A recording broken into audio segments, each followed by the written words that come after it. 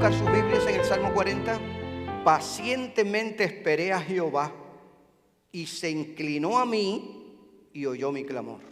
Y me hizo sacar del pozo de la desesperación, del lodo cenagoso. Puso mis pies sobre peña y enderezó mis pasos. Puso luego en mi boca cántico nuevo, alabanza a nuestro Dios. Verán esto muchos y temerán y confiarán en Jehová. Bienaventurado el hombre que puso en Jehová su confianza y no mira a los soberbios ni a los que se desvían tras la mentira. Has aumentado, oh Jehová Dios mío, tus maravillas y tus pensamientos para con nosotros. No es posible contarlos ante ti.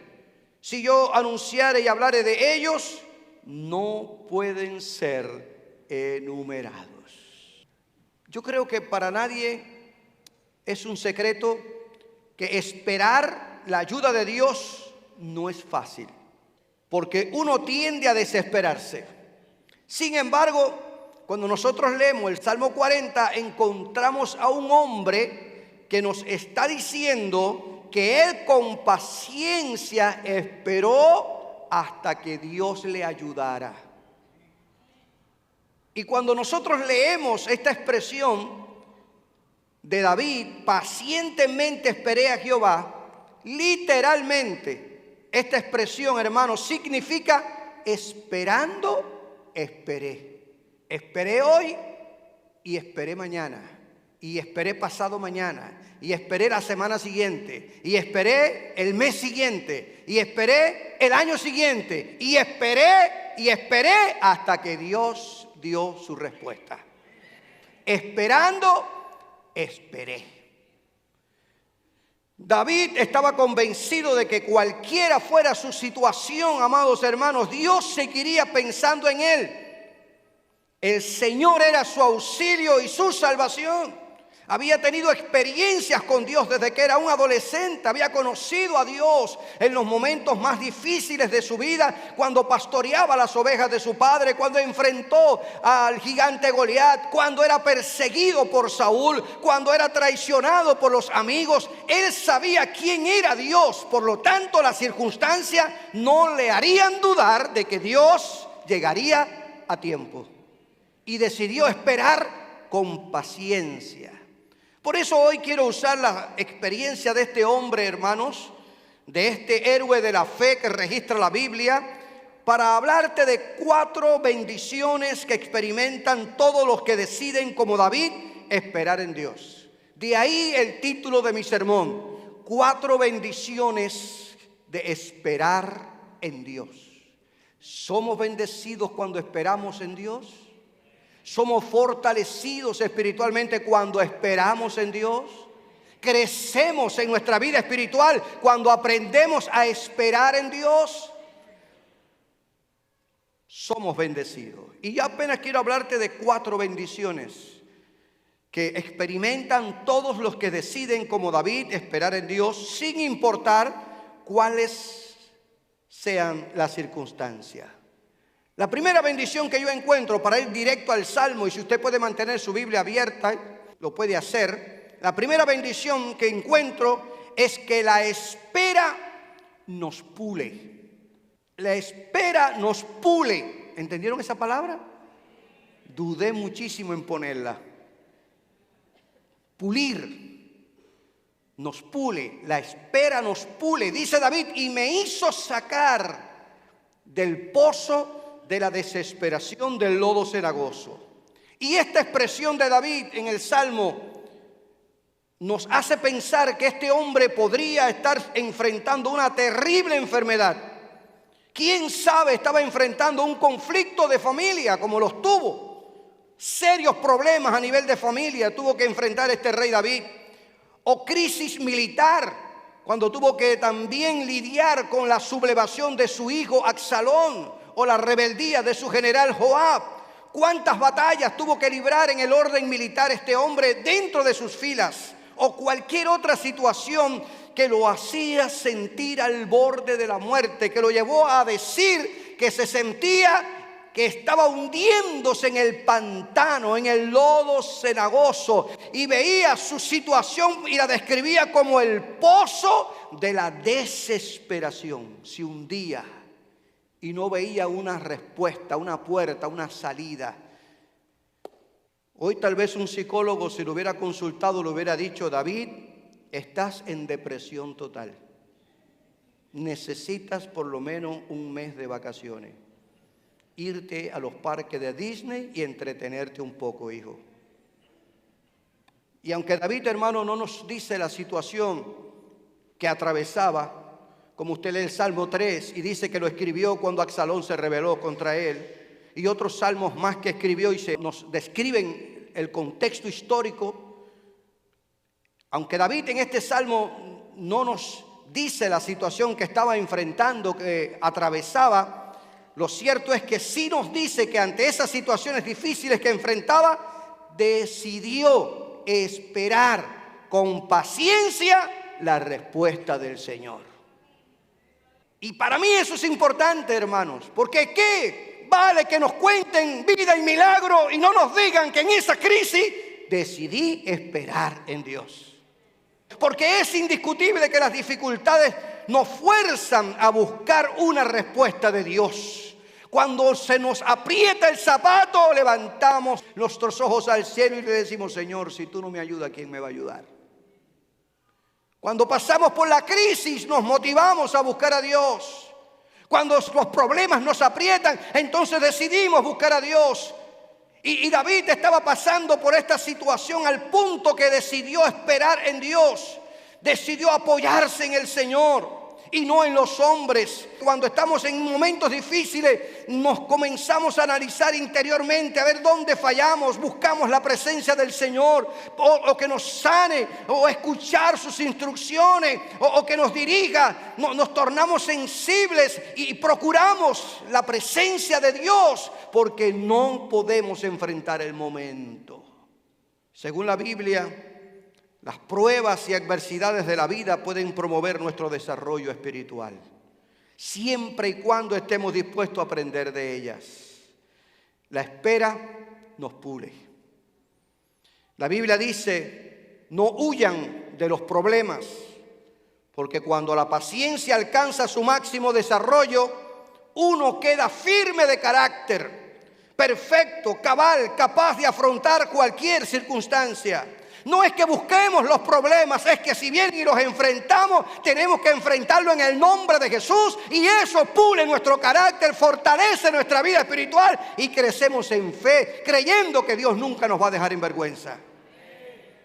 De ahí el consejo de Santiago: no vayas a salir huyendo. No es tiempo de tirar la toalla, no es tiempo de colgar los guantes, es tiempo de ponerte los pantalones de cristiano, enfrentar la batalla y decir: el Señor está conmigo como un poderoso guerrero. Él peleará mi batalla y me hará pasar de la orilla de la desesperación a la orilla de la victoria.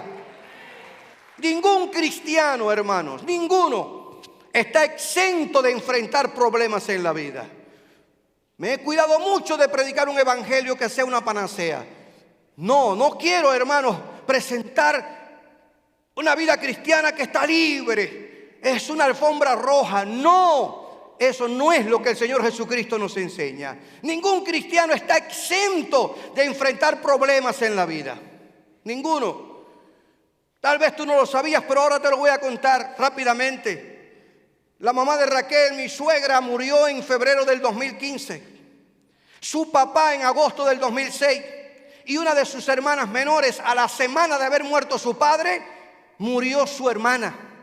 En el 2015 murió mi hermana mayor. En el 2016 murió uno de mis hermanos y en el 2017 murió mi hermano mayor. Mire, en poco tiempo, qué crisis. Pero en medio de toda esa crisis, en medio de todos esos momentos duros en el que uno atraviesa, hemos experimentado la fortaleza que viene de Dios. Dios es el que nos fortalece, Dios es el que renueva nuestra fuerza, Dios es el que no nos deja, el que no nos abandona. No piense usted que siempre hemos estado aquí con cuello y corbata detrás de este púlpito, ni siempre hemos manejado un carro. Hemos pasado por momentos de crisis, de enfermedades, situaciones a nivel de familia, a nivel de matrimonio con nuestros hijos, problemas de economía, pero hemos aprendido a esperar en el Señor. Dios nos ha ayudado a no dudar de su gracia, de su amor, de su misericordia. Que en momentos difíciles las piernas nos han temblado como a cualquier otro. Claro que sí. Aún los cristianos estamos expuestos a enfrentar situaciones difíciles en la vida. La enfermedad, la crisis financiera, tensiones en la familia, el matrimonio, los hijos, estrés, la depresión, desiertos espirituales.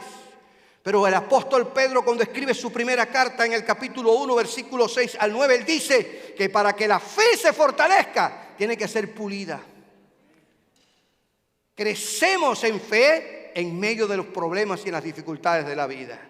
El propio Señor Jesucristo fue bien claro cuando nos advirtió y nos dijo a todos los discípulos de todos los tiempos: en el mundo tendréis aflicción, pero confiad, yo he vencido al mundo. ¿Ignoró Jesús que íbamos a pasar por momentos difíciles? ¿Ignoró Jesús que tendríamos que enfrentar problemas en la familia, el matrimonio, problemas de economía, problemas de enfermedad? ¿Ignoró Jesús que tendríamos que enfrentar persecución por mantenernos firmes en la fe? No, el Señor dijo: vas a tener aflicción, pero como yo he vencido al mundo, yo estoy dispuesto a ayudarles a ustedes para que también venzan al mundo. Jesús no deja de reconocer que en la tierra abundarán las pruebas y las tristezas y las batallas, pero junto con esa declaración también nos dice: pero no se llenen de temor y miedo, porque yo he vencido al mundo. Ya Él pasó por sufrimientos y pruebas y puede ayudarnos cuando pasamos por esos momentos difíciles de la vida.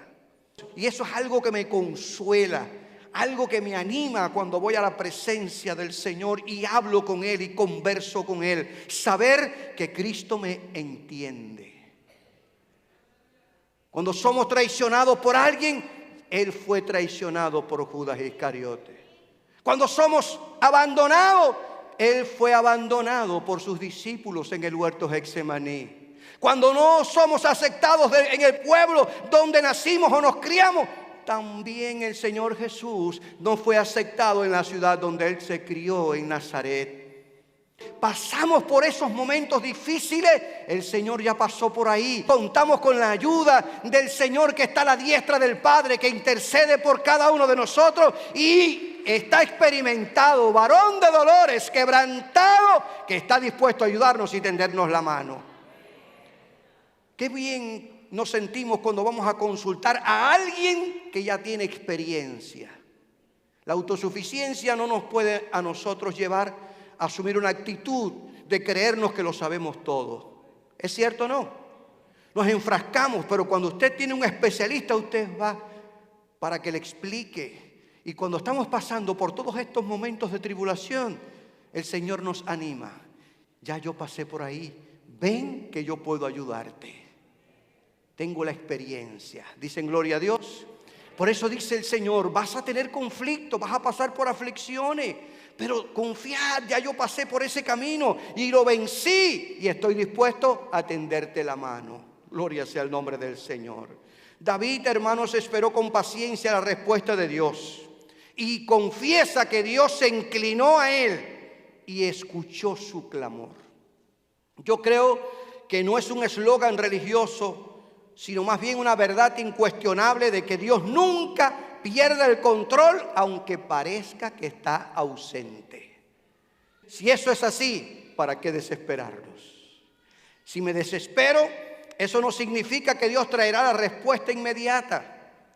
Dios tiene su tiempo para responder. Creo que la primera bendición que aprendemos de esperar es que el esperar nos pule y nos enseña a que en el momento del conflicto, en la situación crítica, aprendemos a depender de Dios. La segunda bendición que encuentro en el testimonio que David nos está relatando en este salmo es que la espera afirma nuestra fe. Cuando él dice que no solo lo sacó del pozo de la desesperación, del lodo y el pantano, sino que además puso mis pies sobre peña. La espera afirma nuestra fe. David no solo aprendió a buscar a Dios en medio de sus dificultades, sino que pudo experimentar el favor de Dios sobre su vida. No solo Dios lo rescató del pozo de la desesperación y de hundirse en el pantano de la depresión, sino que además Él nos dice que el Señor puso sus pies sobre una roca firme. Antes se sentía inseguro, inútil y triste, azotado por las tormentas de la vida. Pero qué bueno que nos dice que el Señor intervino a su favor, le dio seguridad y afirmó sus pies sobre una roca. Creo con todo el corazón, hermanos, que el Dios en que tú y yo creemos, en el que creía David, sabe cómo llevarnos de la inseguridad a la seguridad, de la duda a la fe, de las tinieblas a la luz admirable, de la derrota a la victoria. Ese Dios en quien tú y yo tenemos puesta nuestra fe sabe cómo aplastar a nuestros enemigos, sanar nuestra enfermedad, abrir caminos en el mar y pasarnos de una orilla a otra y cumplir todos sus propósitos en nuestras vidas. Él sabe cómo hacerlo.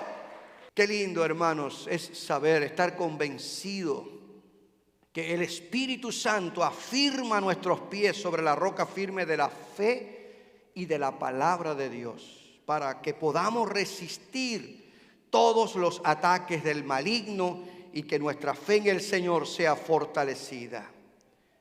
Me preguntaba, para el cristiano de hoy, esta expresión de David, y puso mis pies sobre peña, ¿qué significa para nosotros? ¿Qué implicación tiene? ¿Qué aplicación nosotros podemos darle a esta expresión de David? Eso implica mantenerse firme en la fe del Evangelio de Jesucristo, sin dejarse influenciar o manipular por nada ni nadie, hermanos, porque creemos firmemente que Jesucristo es la senda dura y firme, es la peña, es la roca donde tiene que descansar nuestra fe, amor y servicio en el reino de Dios. El Señor nos sacó del pantano vil, el Señor nos sacó de las tinieblas y nos trajo a Cristo, a su luz admirable, y allí puso nuestros pies, y desde que conocimos a Cristo comenzamos a seguir sus pisadas, y Jesús siempre nos llevará por camino seguro.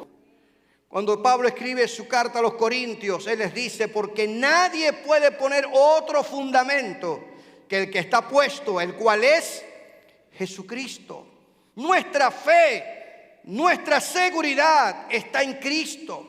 Cuando Pablo declara esta verdad, enseña esta verdad a la iglesia, a los corintios, que estaba siendo bombardeada por enseñanzas falsas, por maestros que se habían introducido dentro de la iglesia para minar la teología y para minar la unidad que había dentro de esa congregación. Cuando Pablo le dice que nadie puede poner otro fundamento que el que ya está puesto, que es Jesucristo, hermanos amados, esto significa que nadie, y nadie es nadie, nadie puede comenzar en ninguna otra parte que en Cristo Jesús. Nadie puede mejorar el fundamento puesto que es Cristo, y nadie puede terminar en ninguna otra parte que en Cristo, porque Jesucristo era el fundamento, es el único fundamento del evangelio verdadero, y en Cristo, dice Pablo, estamos completos. Él es la peña sobre la cual nuestros pies tienen que estar firmes. No permita que ninguno de los que se autotitulan apóstoles o profetas o profetizas muevan tu fundamento, El fundamento es Cristo, hermano. Es importante que entendamos que el Señor nos sacó del pantano donde nos estábamos hundiendo y nos trajo a su fundamento, que es Cristo. Cristo es la base de nuestra fe, de nuestro amor y de nuestro servicio. Y todo lo que hacemos debemos hacerlo para glorificar, exaltar y engrandecer el nombre de Jesucristo. Notemos cómo David En esta experiencia que está teniendo con el Señor y descrita en el Salmo 40, Él termina esta canción con estas palabras: aunque afligido yo y necesitado, Jehová pensará en mí. Mi ayuda y mi libertador eres tú. Dios mío, no te tardes. ¡Qué palabra! ¡Qué palabra, hermanos! ¡Qué confianza! Él había decidido esperar en Dios y Dios escuchó su oración. ¿Qué tiempo se demoró? Ni me interesa saberlo. Lo cierto es que dice él: Dios escuchó mi oración, me sacó del pozo de la desesperación, me sacó de ese lodo cenagoso que me estaba tragando vivo y puso mis pies sobre peña. Y ahora dice: aunque afligido, pasando por necesidad, teniendo batallas y lucha, el Señor pensará en mí. Este es un golpe contundente, un golpe al mentón contra la duda que Satanás nos quiere hacer muchas veces sembrar en nuestra mente. Ya Dios ni piensa en ti. Eso es una mentira del diablo. Aunque pasemos por lo que pasemos, dice la Biblia que Dios sigue pensando en nosotros. Somos nosotros los que muchas veces nos movemos de la zona de bendición. Somos nosotros los que muchas veces nos movemos del lugar donde Dios quiere que nos mantengamos para recibir respuesta de Dios. Mantengámonos firmes, creyendo que Dios nunca nos va a dejar ni nunca nos va a abandonar. ¿Lo creen? La espera afirma nuestra fe. Otro tercer punto que quiero conversar contigo, otra tercera bendición que David nos revela aquí, o que al menos yo lo interpreto así, tal vez usted pueda estarlo interpretando de otra manera, es que la espera nos forma. Nos forma. Dice David en su experiencia que el Señor lo sacó del pozo de la desesperación, puso sus pies sobre roca y que además, ¿qué hizo? Enderezó sus pasos. Al no tener una información completa de lo que es el contexto histórico que dio pie a que David escribiera este salmo, nosotros inferimos entonces que esta expresión del rey David, enderezó mis pasos, se pudo haber estado refiriendo a decisiones equivocadas que tomó en su vida, acciones que lo llevaron por caminos errados. Porque ¿quién no ha tomado decisiones equivocadas? Aún siendo cristiano, todos de una u otra manera hemos tomado alguna decisión equivocada. ¿Es cierto o no? Sí, porque aquí el único perfecto es el Señor. Sí, es verdad, es una realidad. Hemos cometido un montón de errores, hemos fallado, hemos tomado decisiones equivocadas, hemos invertido donde no hemos tenido que invertir, hemos gastado dinero donde no hemos tenido que gastar. Y usted ve esa bicicleta y dice: Dios mío, ¿por qué yo tuve que gastar $200 en esa bicicleta que nunca la he montado? 4 ollas de presión, ¿pero para qué si yo con una tengo? 5 exprimidores de limones y apenas usa uno. 30 pares de zapatos. Hemos tomado decisiones equivocadas. Eso sin decirte en el orden de la crianza de nuestros hijos, en el orden del matrimonio, en el orden de nuestra vida espiritual. David tomó muchas decisiones equivocadas, a pesar de que se califica en la Biblia como el hombre conforme al corazón de Dios. Y eso me encanta de la Biblia, me encanta esto, que no me presenta a hombres perfectos, sino a hombres imperfectos que supieron reconocer sus errores, arrepentirse, y Dios los renovó, los restauró y Dios los usó. Eso me encanta de la Biblia. ¿Quién sabe si una de las causas de sentirse que se hundía en el abismo de la desesperación y del pantano fue que él censó al pueblo? Y eso Dios lo interpretó como que David estaba dudando de que Dios era quien peleaba sus batallas. Pero ¿y para qué tú necesitas saber que cuentas con 1.000.000 de soldados si conmigo es suficiente? Una mala decisión que costó 70.000 israelitas muertos. Una mala decisión en la crianza de sus hijos, teniendo preferencia de Absalón, y Absalón se rebeló contra él y lo quiso matar y quitarle el reino. Preferencia con Adonías, su hijo mayor, y Adonías quiso apropiarse del reino y matar a Salomón. ¿Cuántos conflictos tomó la peor decisión de acostarse con Betsabé, embarazarla, mandar a matar a su marido? Y eso le costó lágrimas durante toda su vida. Nuestras malas decisiones provocan crisis en nuestra vida. Hoy tal vez usted se está lamentando de decisiones equivocadas que tomó en el pasado, pero aquí estoy para decirte que el Señor sana nuestras heridas y nos da una nueva oportunidad para experimentar su gracia y su misericordia. Las consecuencias de las malas decisiones siempre son negativas, funestas y desastrosas, hermanos. La mayoría de las veces, el camino más corto para resolver conflictos y temores es una vereda falsa que conduce a la destrucción y a la muerte espiritual y física. Nos vamos por la vía más rápida y no siempre la vía más rápida es lo correcto. ¿Es cierto, no? Son caminos torcidos que solo Dios en su misericordia puede enderezar. Yo creo que la espera forma nuestro carácter y endereza nuestro andar como cristiano. La Biblia advierte que hay caminos que el hombre considera buenos, pero que al final resultan caminos de muerte.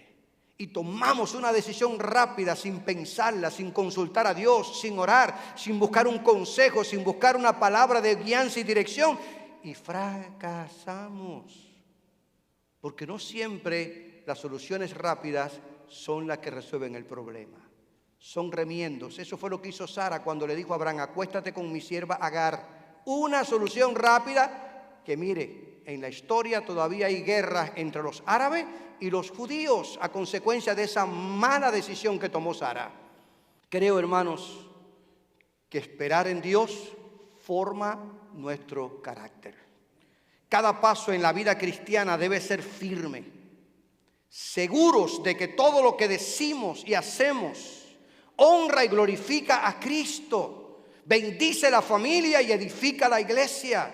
Esto que estoy hablando del hermano, glorifica a Dios, edifica la iglesia, bendice a mis hermanos. Esta decisión que estoy tomando contribuye para que la iglesia se multiplique, para que el nombre de Jesús sea glorificado. Esta acción que estoy tomando realmente trae bendición para la iglesia, bendice al cuerpo de Cristo, glorifica al Señor. Es una manera en que debemos evaluar nuestras acciones y decisiones. Cada paso en la vida cristiana debe ser firme, hermanos, seguros de que lo que hacemos y decimos honra el nombre de Jesús. La Biblia enseña: ten en cuenta a Dios en todo lo que hagas y Él te ayudará a vivir rectamente, según Proverbios capítulo 3, versículo 6. Pero tristemente, como seres humanos nos creemos que podemos resolverlo todo y para colmo este humanismo que ha creado en la mente del hombre espíritu de sábelo todo, de autosuficiencia, y no podemos como cristianos ignorar que Dios le interesa toda nuestra vida. Contemos con el Señor, por favor, que el Dios en quien creemos no solamente sea un Dios de 2 horas en la iglesia, sino que está presente e interesado en ayudarnos en cada circunstancia de nuestra vida. Contemos con Él, hablemos con Él, conversemos con Él. Él enderezará nuestros pasos. Pero también aprendo de esta expresión de David, que la espera nos forma para que no seamos cristianos ambivalentes, faltos de seguridad o confianza. Dice la Biblia, hermanos, que el hombre de doble ánimo es inconstante en todos sus caminos. Y el cristiano de doble ánimo es inconstante porque un día cree y al otro día duda, y así titubea y oscila entre la fe y la incredulidad. Un cristiano ambivalente no es de convicción firme ni de principios firmes, sino es movido de opiniones, pasiones y sentimientos. Hoy creíste lo que te dijo Pepe, mañana cree lo que te dijo José, y después cree lo que te dijo Pepín, y después te dice lo que te dice don Pepe. No, hermanos, tenemos que estar firmes creyendo en la verdad de Dios. No podemos ser movidos por opiniones de terceras personas. El cristiano no puede ser de doble ánimo. Nuestra firmeza tiene que estar en la palabra de Dios, en la verdad de Jesucristo. Hoy nos queremos comer el trono de Dios y mañana no sabemos si Dios nos ayudará o no nos ayudará. No podemos ser como la ola del mar.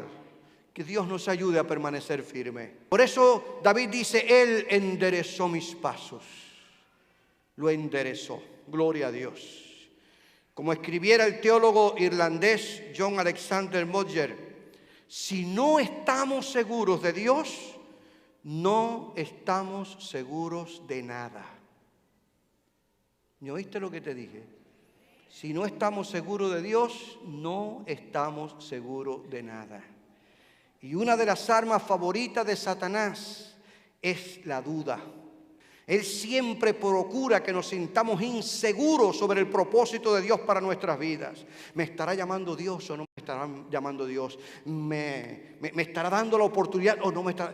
Y siempre Satanás viene a sembrarnos esa inseguridad acerca de los propósitos de Dios. Y cuando dudamos de Dios y de sus propósitos, tengo que decirte la triste noticia de que Satanás gana. Y Dios no nos ha llamado a ser perdedores, sino ganadores en Él. Es por eso que la Biblia nos llama a luchar fuertemente contra esos sentimientos de inseguridad, apoyándonos en las promesas del Señor. El profeta Isaías nos declara esta verdad, que tú, yo sé que la amas tanto como yo. Señor, tú conservas en paz a los de carácter firme, porque confían en ti. Vendrá el mar embravecido, seguirán confiando. Rugirá el león, seguirán confiando. Aparecerá la enfermedad, seguirán confiando. Vendrá el conflicto en el hogar, seguirán confiando. Aparecerá una crisis económica, seguirán confiando. Porque la paz de Dios gobierna nuestros corazones y nos hace estar seguros en Él. Recuerda, la espera nos forma como cristianos de fe auténtica. Y cuarto, dice David que el Señor puso en su boca un cántico nuevo. Y aprendo entonces aquí que la espera nos cambia. Todo parece indicar que la crisis por la que este hombre atravesaba era tan severa que hasta había silenciado al dulce cantor de Israel. Mire lo que él dice: puso luego en mi boca cántico nuevo, alabanza a nuestro Dios. A mí me da por pensar que las batallas que David libraba, su situación lo llevó hasta silenciar. Ni deseaba siquiera volver a tocar el arpa, ni cantar. ¿Y a quién no se le ha ido hasta el deseo de alabar a Dios? ¿A quién no ha pasado por momentos así, hermanos? Que no ha tenido ni ánimo para cantar, ni para escuchar una alabanza, ni para escuchar una adoración. No, se siente tan abatido que no tiene ánimo de nada. Dios tuvo que darle a este dulce cantor de Israel un nuevo cántico para que lo alabara, aun cuando era considerado uno de los mejores compositores de su tiempo. Cuando David dice que Dios puso en su boca un cántico nuevo, es como si estuviera diciendo: Dios me dio nuevos motivos para regocijarme y un nuevo corazón para expresar mi regocijo con un cántico nuevo de alabanza a Él. Gloria al Señor. Dios renovó la alabanza de este genuino adorador. La espera en el Señor cambió su lamento en baile, su tristeza en alegría. El hombre se volvió a inspirar al ver que al esperar Dios había cambiado su cuadro lóbrego, había cambiado su mente turbada, su corazón quebrado. Él había cambiado, el Señor, su circunstancia, y ahora tenía ánimo para cantar, para adorar, para exaltar a Dios y para glorificar el nombre de aquel que había extendido su mano y lo había sacado del pozo de la desesperación. Nadie cuestiona, hermanos, que hay situaciones tan difíciles en nuestra vida que silencian nuestra voz, de veras, y hasta quieren robarnos el gozo de la salvación. El enemigo de nuestras almas está empeñado en quitarnos la bendición renovadora que trae la alabanza y la adoración a Dios. Porque Él sabe el poder que hay en la alabanza. Una de las primeras cosas que Satanás se empeña en hacer es quitarnos la alabanza, porque Él conoce el poder de la adoración. Esa fue su rebeldía en la eternidad. Él quiso agenciarse la alabanza, quiso robarse la alabanza que solo Dios merece. Él conoce el poder que trae la alabanza y es lo primero que trata de robarnos, hermanos, que no estemos inspirados a alabar a Dios, que no estemos inspirados a adorar a Dios. No es que Dios necesite de tu alabanza para ser más grande, es que nosotros somos los que necesitamos alabar a Dios para aprender a depender del Dios de los cielos, al Dios Todopoderoso. Soy yo el que necesito alabar, hermanos. No vamos a hacer a Dios más grande o más pequeño. No, es que la alabanza a Dios es la que me hace crecer, me hace madurar. Creo que Dios es un Dios digno de ser alabado, que pide ser alabado, que manifiesta su poder a través de la alabanza de su pueblo y que restaura la alabanza de quienes lo aman. Lo primero que hace Dios en el proceso de restauración es restaurar la alabanza. Cuando usted lee la historia de los reyes de Israel, usted se dará cuenta que los mejores reformadores, esos reyes reformadores en la historia de Israel, lo primero que hicieron fue restaurar el culto a Dios. El altar, los levitas, los adoradores, fue la primera decisión que ellos hicieron, porque en la alabanza hay poder. Por eso me encanta verles a ustedes adorar a Dios con libertad. Por eso me encanta verles cantar a Dios con libertad, levantar las manos, gritar, adorar, porque en la alabanza hay poder, hermanos. En la alabanza hay poder. Cuando Jesús se entrevista con la samaritana, y la samaritana está preocupada de dónde debería de adorarse, si en Jerusalén o en Gerizim, el Señor le dice: mira, muchacha, los verdaderos adoradores adorarán al Padre en espíritu y en verdad. No importa que sea en Tampa, no importa que sea en Nueva York, no importa que sea en La Habana, Cuba, no importa que sea en Managua, Nicaragua, no importa que sea en La Plata, Argentina, no importa que sea en Ciudad México, México, no importa que sea en Angola, no importa que sea en Japón, no importa que sea en China o Corea, no importa donde tú estés, no importa, el Señor anda buscando adoradores que le adoren en espíritu y en verdad. Gloria al Señor. El Padre está buscando gente que le adore así. Y usted sabe, y le comento que esta última expresión de Jesús a mí siempre me ha llevado a orar y decirle: Señor, yo quiero que tú hagas de mí, más que todo, un verdadero adorador. Porque es lo que tú andas buscando. ¿No lo dijo Jesús? El Señor busca adoradores que le adoren en espíritu y en verdad. Uno de las grandes bendiciones de esperar la respuesta de Dios es que Él pone un nuevo cántico en nuestros labios y activa la adoración, porque creemos que Él responderá. Y si Él responde, hay que alabarlo. Gloria a Dios. Así que yo concluyo diciéndote, hermano querido, esperar la ayuda de Dios no es fácil. Porque usted dirá: pastor, qué lindo soy eso desde ese altar, precioso. Yo sé que es difícil, hermanos. Porque tal vez en el lugar que tú estás y pasando por las situaciones que tú estás pasando no son las mismas por las que estoy pasando yo. Pero necesitamos aprender a esperar en Dios y no desesperarnos. Amén. A Dios no le muevan las perretas espirituales que nosotros damos. No. ¿Para qué desesperarnos? Eso no va a manipular a Dios. Dios es un Dios que responde en su tiempo y en su momento. Tenemos que aprender a esperar en Dios. David decidió hacerlo y recibió la bendición de poner su esperanza en el Señor. Dios lo sacó del pozo de la desesperación. Dios colocó sus pies sobre peña. Dios enderezó sus pasos y Dios puso un cántico nuevo de alabanza en su boca. En medio de su crisis, David prefirió esperar pacientemente en Dios. Y creo, hermanos, en una sencilla aplicación, que tú y yo también podemos disfrutar de la bendición de Dios cuando decidimos esperar en el Señor. El propio David dijo en otro de los salmos: Señor, ¿y ahora qué esperaré? Porque me rodean enemigos y me rodean planes perversos de aquellos que quieren verme hecho añico. ¿Ahora qué esperaré? Él mismo se respondió y dijo: mi esperanza está en ti. Otras versiones dicen: solo en ti, Señor, esperaré. La espera le da tiempo a Dios para resolver nuestros problemas. Así que no le vayamos a robar a Dios la oportunidad de demostrar su poder sobre nuestras vidas. Cuando nosotros leemos en la carta a los Hebreos, encontramos esta joya preciosa. Mantengámonos firmes en nuestra esperanza, porque Dios cumplirá lo que prometió. ¿Cuántos creen esta verdad? Seguro. No dejemos nunca de hablarles a los demás de nuestra fe. No dejemos de hablarle nunca a los demás de que Dios sana, salva, bautiza y viene a buscar a su iglesia. No dejemos de hablarle a la gente de que en Jesús hay esperanza de vida nueva. Aunque estemos pasando por problemas, sigamos mencionando la esperanza y la fe que tenemos en Cristo, porque Él no nos dejará en vergüenza. Tengamos presente este pensamiento.